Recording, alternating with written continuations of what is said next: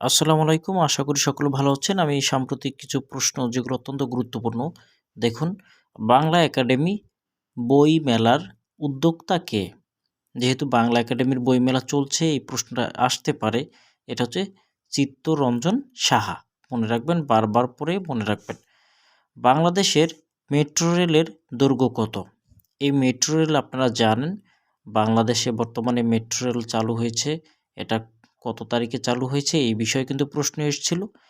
প্রশ্ন এসে থাকে, এটা হচ্ছে 28 ডিসেম্বর 2022 সালে। এটা মনে রাখবেন। এছাড়া আপনাদের বলে দিচ্ছি এটা দৈর্ঘ্য কত?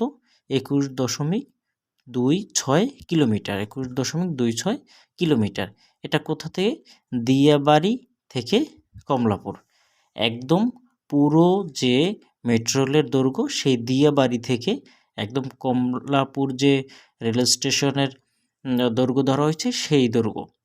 কারণ এছাড়া আপনারা জানেন যে বর্তমানে মতিঝিল পর্যন্ত উদ্বোধন করা হয়েছে। আর এই বিষয়ে কিন্তু একটা পরীক্ষায় প্রশ্ন এসেছিল, আপনারা জানেন। সেটা হচ্ছে আগারগাঁও থেকে মেট্রো রেল পর্যন্ত কত তারিখ এই মেট্রো রেল উদ্বোধন করা হয়েছিল? সেটা হচ্ছে আপনারা মনে রাখতে পারেন, এটা যে 7 জুলাই ছিল। 7 জুলাই 2023 ছিল। এটা মনে রাখবেন।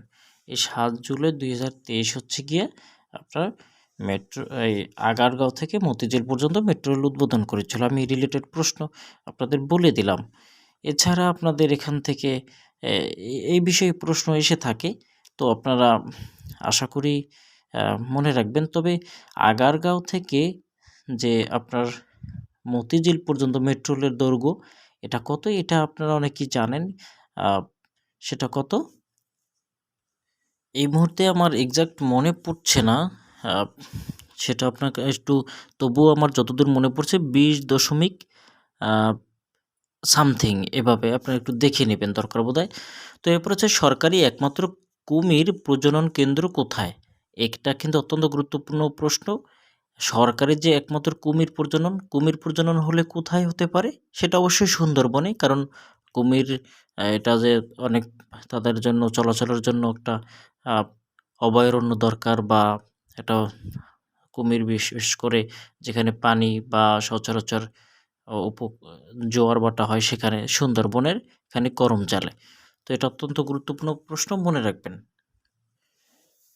এরপর হচ্ছে দেখুন, ঘুমদুম সীমান্ত কোন জেলায়?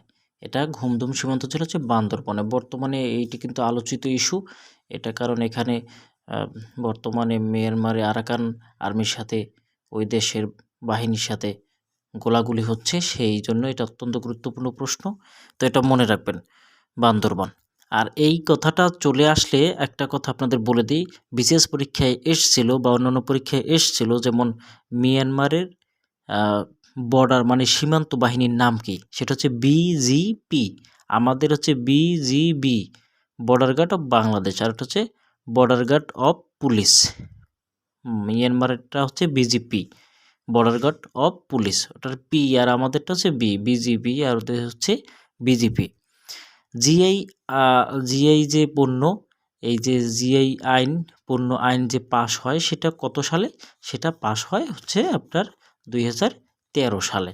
কিন্তু মনে রাখবেন 2015 সাল থেকে শিল্প মন্ত্রণালয়ের অধীনে পেটেন্ট ট্রেডমার্ক এবং যে আপনার ডিজাইন যে অধিদপ্তর আছে, সেই অধিদপ্তরের অধীনে অধিদপ্তর মূলত এই জিআই পণ্য ঘোষণা করে।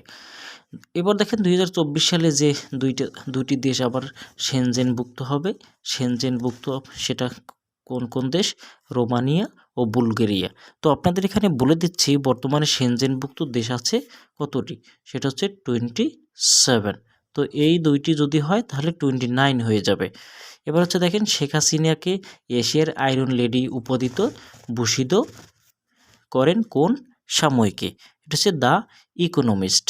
মোট জিআই পণ্য বর্তমানে কতটি? বর্তমান হচ্ছে 25টি।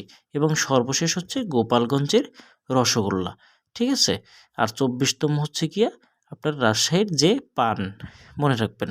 এবার হচ্ছে মোট আয়তনের কত শতাংশ এখন বর্তমানে বনভূমি আছে, সেটা হচ্ছে 15.58%। এরপর হচ্ছে রক্তদ্বারা স্মৃতিসৌধ, এটা কোন জেলায়? তো এটা হচ্ছে চাঁদপুর জেলায়, এবং স্থপতি হচ্ছে চঞ্চল চৌধুরী, মনে রাখবেন। চিত্রা নদীর পাড়ে, এটা হচ্ছে চলচ্চিত্র, আর এটার পটভূমিটা কি? পটভূমিটা হচ্ছে গিয়ে দেখেন দেশভাগ, এবং এর পরিচালকটা কি? পরিচালক হচ্ছে তানভীর মোকাম্মেল। এর রিলেটেড আপনাদের একটা উপন্যাসের কথা বলে দিই, হাঙর নদী গ্রেনেড। বলুন তো এটা কার? এটা হচ্ছে কি সেলিনা হোসেনের, এবং এটার পটভূমি কি বলেন?